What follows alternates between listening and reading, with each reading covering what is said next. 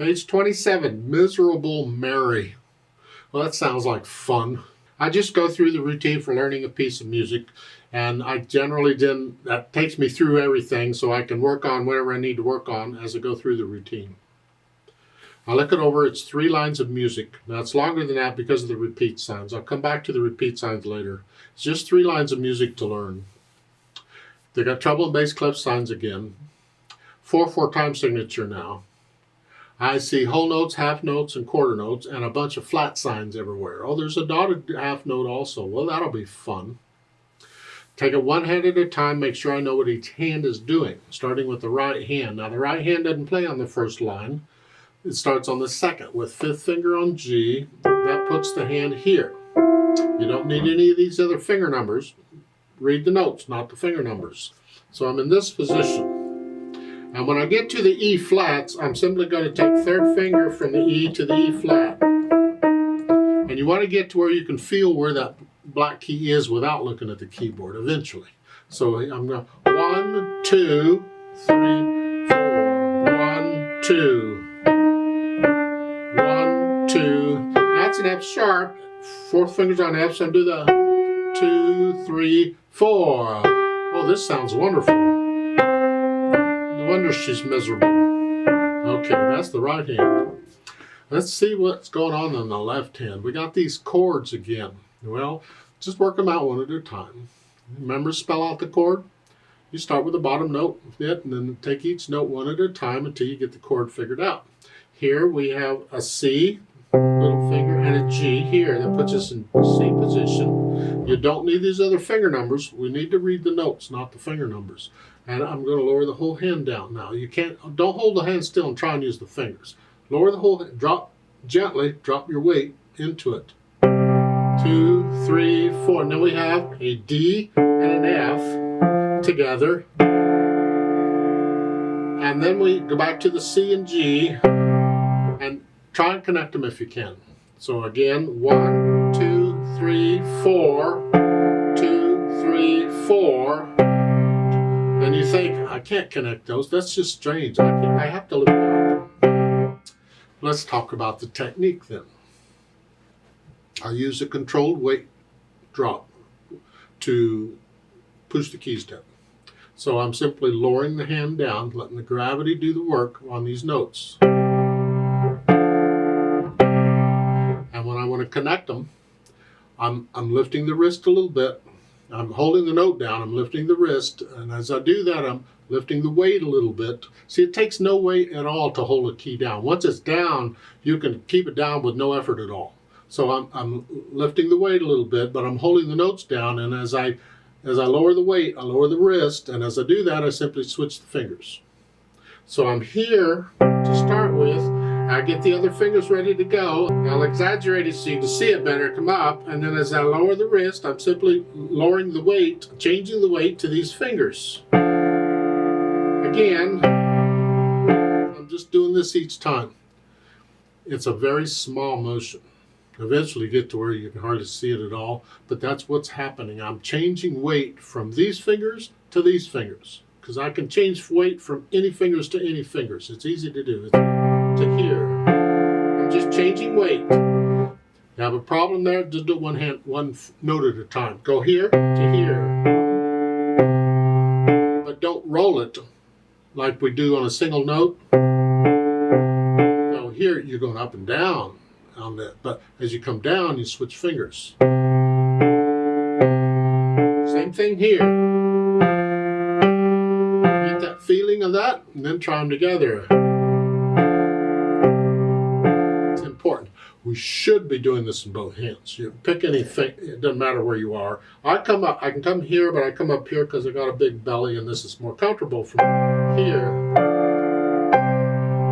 You should be doing this in both hands. You don't have to go this fast. Take your time. When you're ready, you do it again and again.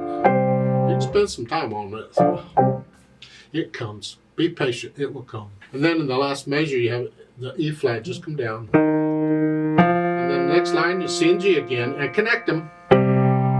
Now both notes are tied. You see the ties on both notes? This is the thing about chords. When you have a chord, multiple notes, and they're tied, every note has to have its own tie, its own thing, because I don't have to tie all the notes. For instance, let's pretend in the second line there, the C and the G, the whole note, they're tied to the half note. Let's pretend the top tie is not there, only the bottom tie. In that case, I'm going to only tie that bottom note. I'm going to play the top note again. While holding the bottom note down, and we do that sometimes. It could be the bottom note that's not tied. And you hold the top note down. See, so every note in a chord that's tied has to have its own little curved line.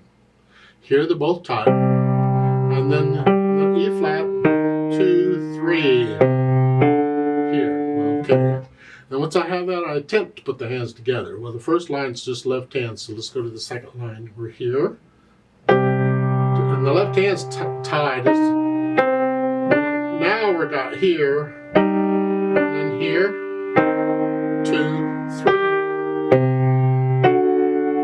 Now the last two measures of the second line.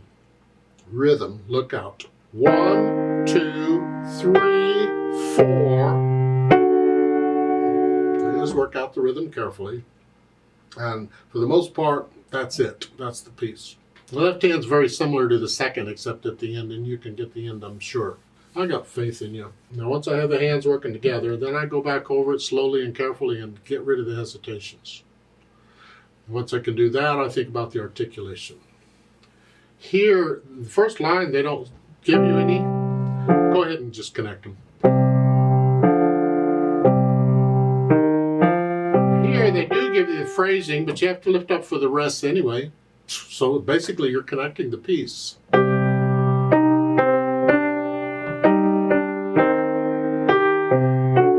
Yeah. Now, in the second line, second measure, here, and you go to the third beat, you're here. I want to connect this. Here, I got to lift up. It's a repeated note. My point is, don't lift up in the right hand just because I lifted up in the left. No, connect the right hand. Yeah. It's a pretty connected piece, I reckon. And then the dynamics. P at the beginning is piano for soft. Whatever you think soft is, not super soft, just soft. And then second line, they give you another P in parentheses. That's a courtesy sign. They're just being nice to you. They're being helpful. You don't need it. You're piano already, because you stick with one dynamic till they give you another one. The difference is the first line, this is a melody, this is accompaniment. This is just a no. And the melody starts in second line, and it's soft. That makes this have to go back really soft. So the left hand has to get really soft. So the left hand's soft at first, and second line has to be really soft. It's because the right hand takes over the soft.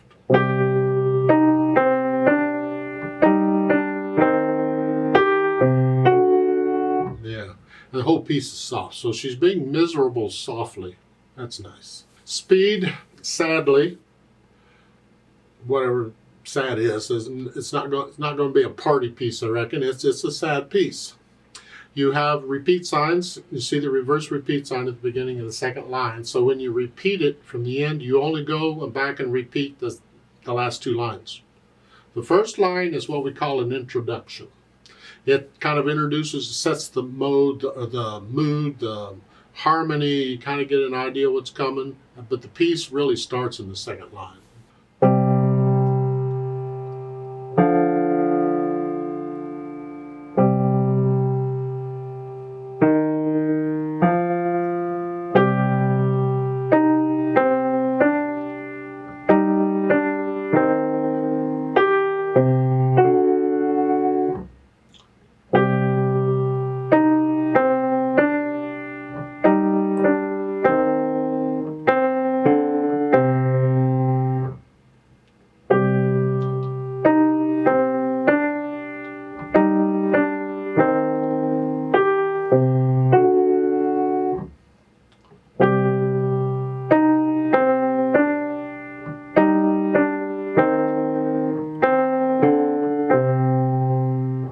Please don't copy me.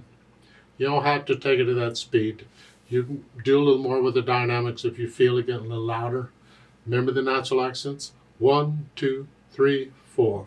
1, 2. Feel these natural accents as you're going through it. Let's play this together slowly. Let's slow anyway. Just to check the notes and the rhythms. I'm not going to do the louds and softs, so I'm going to play both hands about the same, but we will do the repeat. So I'll give us 4 counts. 1, 2, ready, go. 2, 3, 4. 2, 3, 4. 2, 3, 4. 2, 4.